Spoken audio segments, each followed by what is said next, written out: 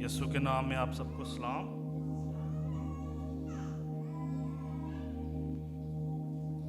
سارا جلال ساری تعریف یسوع کو ملے، وہی تعریف کے قابل ہے۔ یہ ذرا مائک نا تھوڑا سا نا، اوکے ٹھیک ہے، اوکے۔ یسوع کے پاک واحد نام کو سارا جلال ملے۔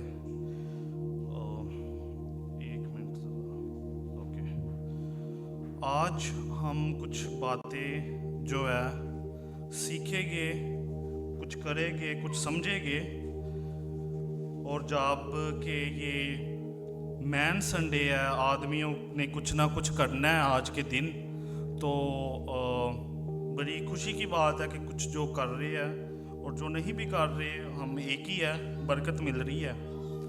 تو سارا جلال خداوند کو ملے، اس کے نام کی تعریف اور اس کے نام کی ستائش ہو۔ تو وقت ہم ضائع کیے بغیر بائبل کی طرف جاتے ہیں، کیونکہ ہم اپنی باتیں ادھر کرنے نہیں آئے، ہم بائبل کی باتیں اور بائبل کی تعلیم کو سیکھنے، سمجھنے اور اس پہ چلنے کے لیے آئے ہیں۔ تو آج کا جو ٹاپک ہے میں آپ کو پہلے بتا دوں، وہ ٹاپک جو ہے کہ Holy Bible is word of God. Urdu کا ترجمہ اگر ہم کرتے ہیں تو لکھا ہے کتاب مقدس خدا کا کلام ہے، ٹھیک ہے۔ اب اس سے پہلے میں تھوڑی سی اس کے بارے میں نا انفارمیشن دے دوں کہ جو ہم کتاب کو مانتے ہیں، سمجھتے ہیں، جانتے ہیں، وہ کون ہے، کیا ہے، کیوں مانتے ہیں نا، تو اس کے بارے میں تھوڑی سی میں انفارمیشن اطلاع دوں گا، اور اس کے بعد پھر ہم آگے بڑھتے ہیں کلام میں نا، کہ کلام ہمیں کیا بتاتا اور کیا سمجھاتا اور کیا سکھاتا ہے۔ تو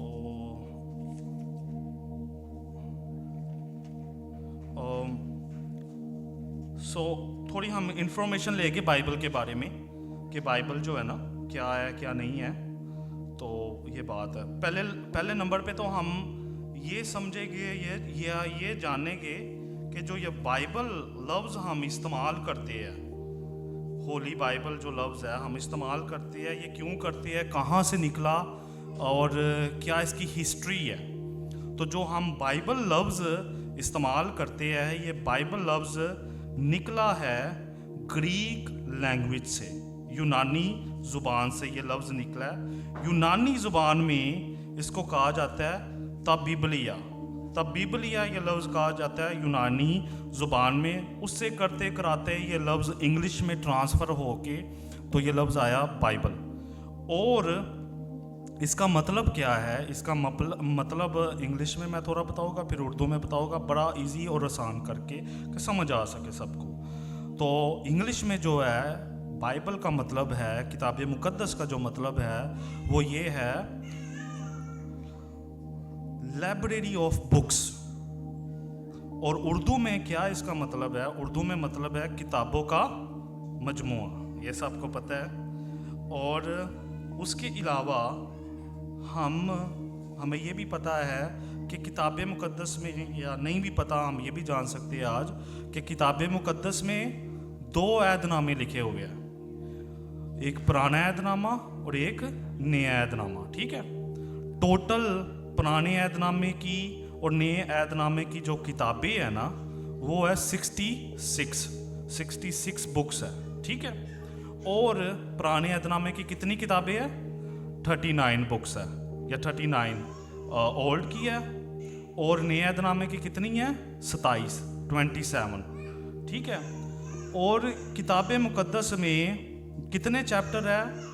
1189، ٹھیک ہے۔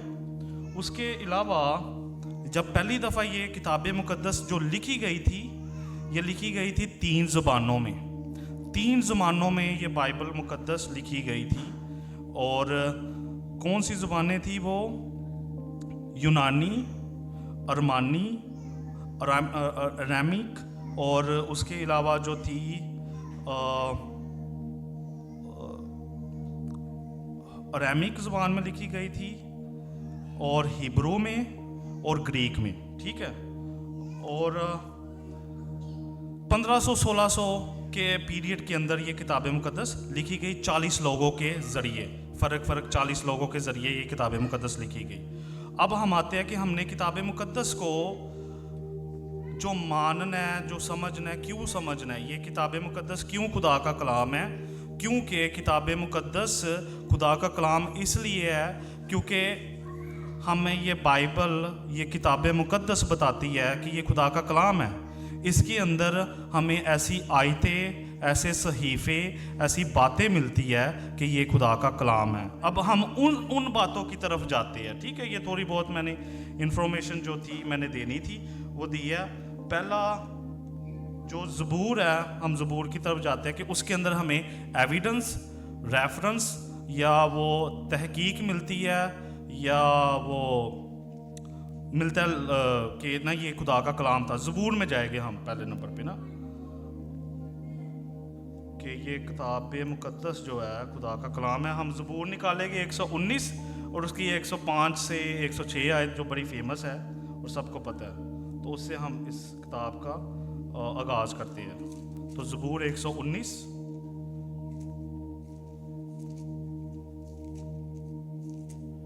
और उसकी 105 से 106 आयत पढ़ते हैं। उसमें क्या लिखा हुआ है इस किताब मुक़द्दस के बारे में कि क्या ये खुदा का कलाम है कि नहीं। इधर लिखा है, तेरा कलाम मेरे कदमों के लिए चिराग और मेरी राह के लिए रोशनी है। मैंने कसम खाई है और इस पर कायम हूँ कि तेरी सदाकत के अहकाम पर अमल करूँगा। ये कलाम हमें सिखाता है, बताता है कि ये कलाम जो है इस पे हमारा काम है कि हमारे कदमों के लिए जो है ना ये चिराग है और राह के लिए रोशनी है। तो कदमों के लिए चिराग मतलब ये रास्ता बनाता है, इसके ऊपर हमारा काम है चलना और समझना। ये जो मैंने आयत पढ़ी है। उसके बाद हम जाते हैं जॉन 1 की 1 आयत पे ना, यूहन्ना पहला बाप और उसकी पहली आयत पे जाते हैं और उधर से हम सीखते हैं कि ये कलाम हमें क्या बताता है कि ये खुदा का कलाम है कि नहीं है। यूहन्ना पहला बाप और उसकी पहली आयत। इब्तिदा में कलाम था और कलाम खुदा के साथ था और कलाम खुदा था। इसको हम अपनी ज़िंदगी में अगर अपनाते हैं, इसको पढ़ते हैं, इससे मोहब्बत करते हैं, इसके हुक्मों पे चलते हैं, तो हम खुदा से मोहब्बत कर रहे हैं क्योंकि कलाम ही खुदा है। इसको पढ़ते हैं तो हम खुदा से बातें करते हैं, उसके साथ वक्त जो है हम अपना गुजारते हैं। तो ये भी आयत हमें मिलती है एक रेफरेंस के तौर पे।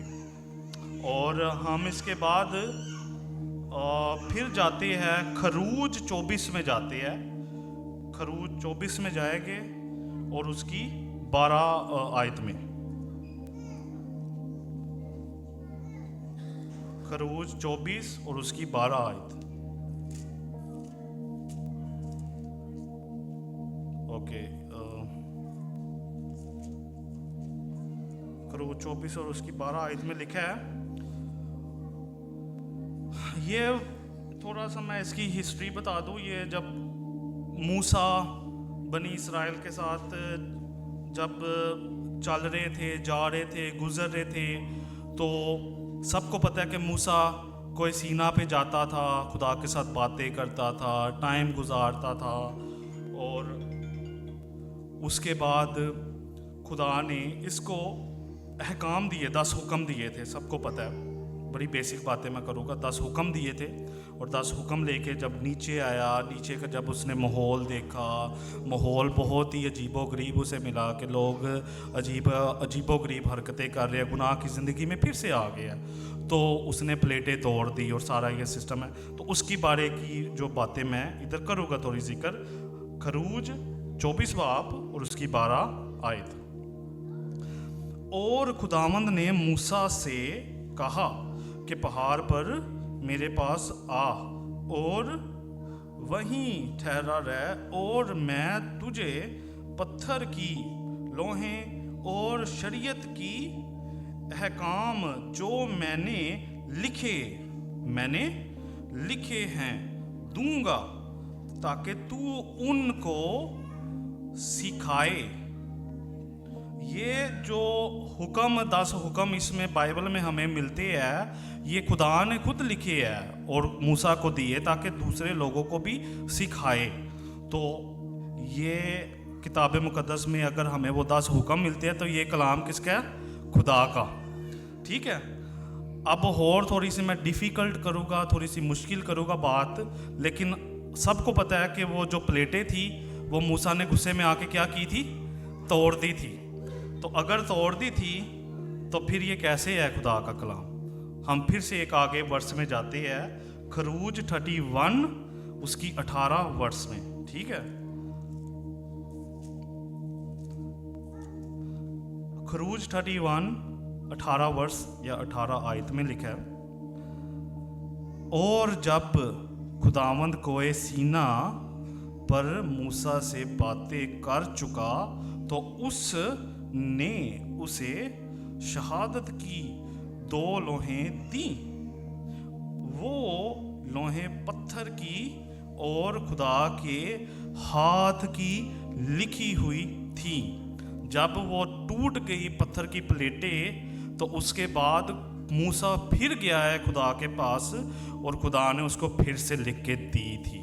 तो इसका मतलब वो ये कलाम खुदा का कलाम है, इसमें खुदा की बातें हैं और इस पे हमारा काम है अमल करना, क्योंकि वो टूट तो गई थी लेकिन फिर से खुदा ने उसको प्लेटें दी और वो प्लेटें इसके अंदर दर्ज हुई, इसके अंदर हमें उसका जिक्र मिलता है। तो इसलिए ये खुदा का कलाम है। और हमें जैसे ये एक और आयत मैं पढ़ के ख़त्म करूँगा क्योंकि टाइम को भी नज़र में रखना है। तो जैसे हमारे प्यारे भाई ने, सजील भाई ने ये आयत पढ़ी थी, यशुआ और उसका पहला बाब और उसकी 8वीं आयत में जैसे लिखा है, शरीयत की ये किताब तेरे मुंह से ना हटे, बल्कि तुझे दिन और रात उसी का ध्यान हो, ताकि जो कुछ इसमें लिखा है उस सब पर तू इत्यात करके अमल कर सके, क्योंकि तब ही तुझे अकल मंदी की राह नसीब होगी और तुझे खूब कामयाब होगा।